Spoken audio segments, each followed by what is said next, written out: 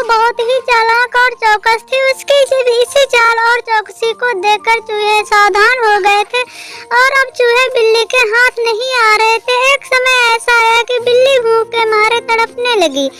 एक भी चूहा उसके हाथ नहीं आता था क्योंकि वो उसकी आहट सुनते ही तेजी से अपने बिल में छुप जाते थे। भूख से बचने के लिए बिल्ली योजना बनाने लगी। तभी उसके दिमाग में कुछ आया और वो एक टेबल पर उल्टी लेट गई। उसने सभी चूहों को यह सोचने पर मजबूर कर दिया कि वो मर चुकी है। सारे चूहे बिल्ली को ऐसे लेटा हुआ अपने बिल से ही देख रहे थे। उन्हें पता नहीं था कि बिल्ली बहुत चालाक है, इसलिए उनमें से कोई भी चूहा अपने बिल से बाहर नहीं आया।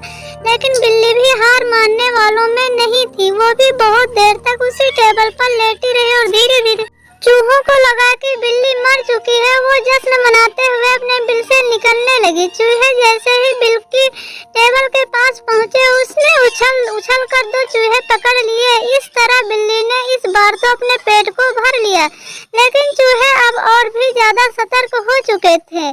खाने के बाद बिल्ली दोबारा भूख से तड़पने लगी क्योंकि चूहे अब बिल्कुल भी लापरवाही नहीं बरतना चाहते थे कि आज फिर बिल्ली मेरे साथ कोई चाल चलने वाली थी। इसलिए सारे चूहे अपने आप में अलर्ट हो गए थे और वो सोच रहे थे कि अब क्या होगा। इस बार पेट भरने के लिए एक बार फिर बिल्ली को योजना बनानी थी, लेकिन इस बार छोटी योजना काम आने वाली नहीं थी। इसलिए बिल्ली ने खुद को पूरे आटे से ढक लिया। चूहे ने सोचा कि वह आटा है और उसे खाने के लिए आ गए।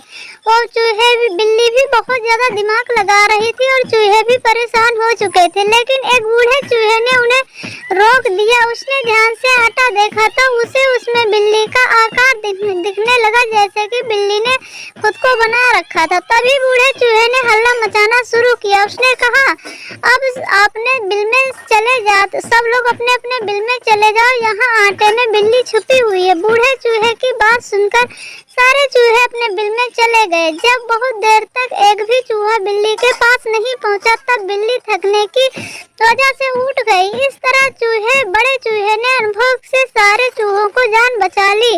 और इस कहानी से आपको क्या सीख मिलती है, कैसी सोच रखनी चाहिए? बिल्ली और चूहे की इस कहानी से आपको क्या लगा, क्या सोच मिली और क्या आपकी मानसिकता है, क्या आपका बुद्धि का इस्तेमाल हुआ है?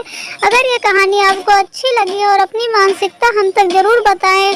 कमेंट बॉक्स में अपने कमेंट्स और विचार जरूर व्यक्त करें। थैंक यू, धन्यवाद। मेरी कहानी देखने के लिए आप सबका बहुत बहुत शुक्रिया।